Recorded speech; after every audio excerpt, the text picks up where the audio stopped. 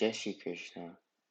I'm Pranil from the Gyan Sarovar team, and today I will be talking about the chapter 1, Shloks 28 and 29.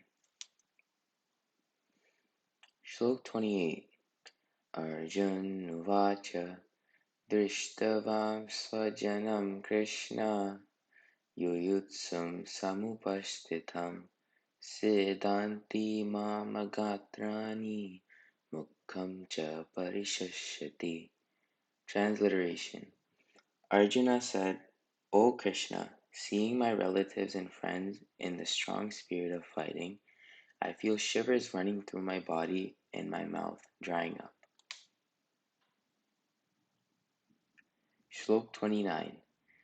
Vepatuscha sharire me romaharshascha jayate gandivam stransate hasta tvakchaiva paridayate. Transliteration. My body is trembling, my hair is standing on end, my gandiv is slipping from my hands, and my skin is burning. The two kinds of trembling. According to the Gita, there are two described types of tremblings and sensations of fear in the human body. One is great spiritual euphoria, and the other is fear of losing a materialistic object or perception, in most cases, loss of life. Everyone values their life very much. It is a common thing among us people. However, Arjun was not trembling for his loss of life. He was trembling for the loss of life of his friends and relatives that stood in front of him, ready to fight. These sensations are all due to the material conception of life, which all of us have adopted in our lives. The good qualities of Arjun. Arjun had a lot of courage and he was very brave. He also followed dharma, righteousness. He was not lazy and did things right when they were said. Arjun was also very skillful, as shown in many moments of it in his life. But when the time came, Arjun was also very patient. As some of us lose control of our actions very often, Arjun only lost control twice in the whole epic. Arjun remained calm when needed and when Karn challenged Arjun. Symptoms of loss of life. As mentioned before, humans have a tendency to perceive life as this materialistic thing that we are scared to lose. Our life is therefore said to be a materialistic conception. All of us value it so much that we are completely terrified of our loss of life.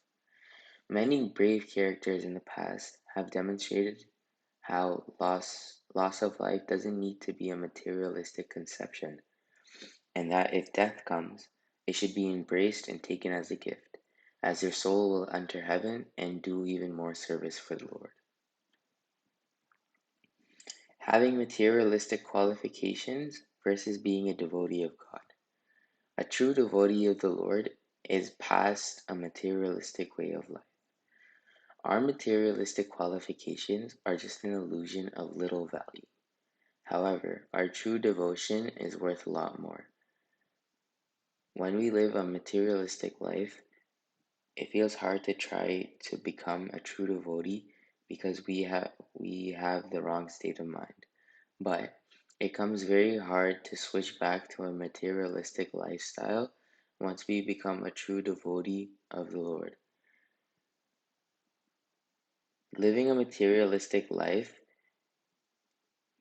we feel that it is important to do all our jobs and then God once in a while. We think our lives are so hard that we don't have enough time. But really, that's just our way of living is not right. We try to live to the fullest by using our body, not our soul. Our body should not be running our soul. Our soul is what should be running our body. After doing something wrong, our body hurts. However, we should feel the mistake through our soul, not our body. We must know that our body is a shield for our soul, and we need to keep the soul safe. We live to shield our body, but what we don't understand is that our body is almost of no value. It can be cut by paper, burnt by fire, frozen by ice.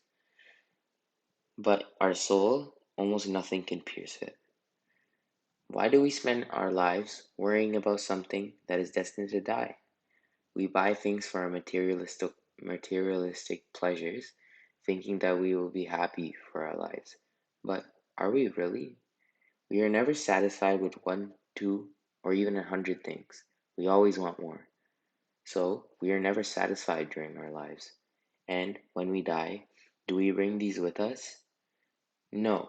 So that means that we are again not satisfied when we die.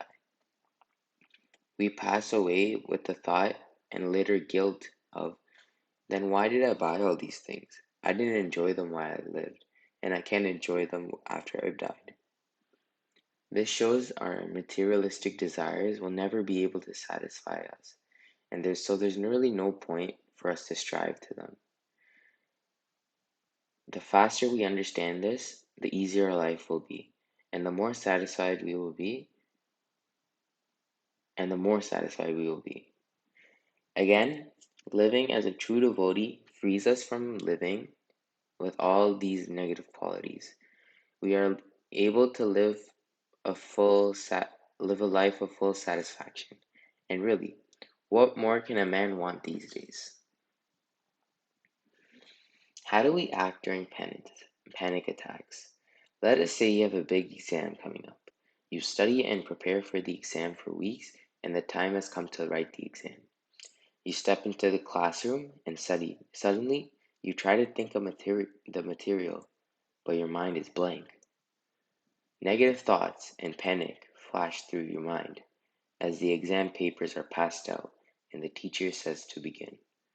As you scramble through the test, stress begins to kick in. You are in a full-scale panic attack. What usually happens to us in this situation? Well, specific symptoms are different. Sweating, heart racing, shaking, trembling for different people. But the general concept is the same. You are severely stressing over something which is worsening your performance. Arjun's expectation of the opposing army.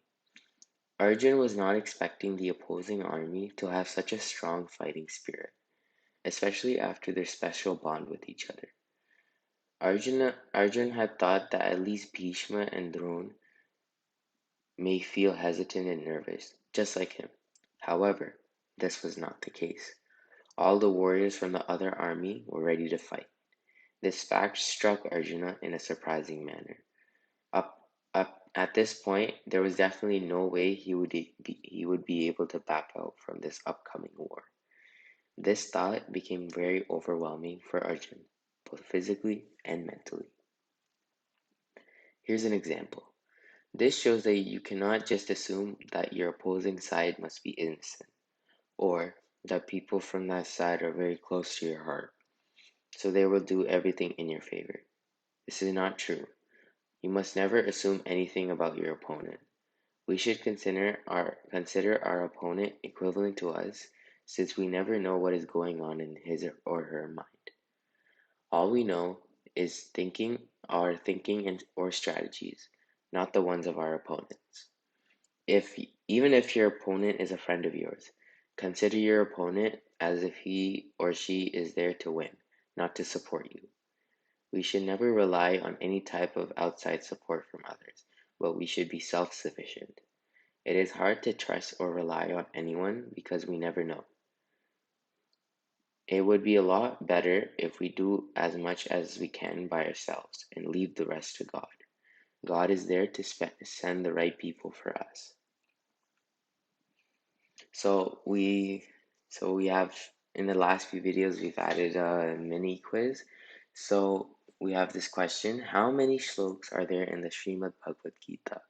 So we want you to please comment your answer in the comment sections below, and the correct answer will also be stated in the description below the video. So try not to use Google and just hopefully you'll post your answer in the comments. So our next video will be chapter 1, Shlok 30 explanation, coming on September 15th, 2021. So we'll ask everyone again to ask a lot of questions in the chat, and sorry, the comments, and also the Google form.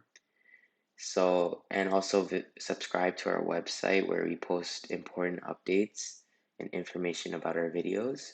And also subscribe to our YouTube channel so that you get updates about new videos. On behalf of Gyat Sarovar, we hope you have an amazing time learning along with us throughout this thrilling journey. Jai Shri Krishna, and we'll see you soon. Bye.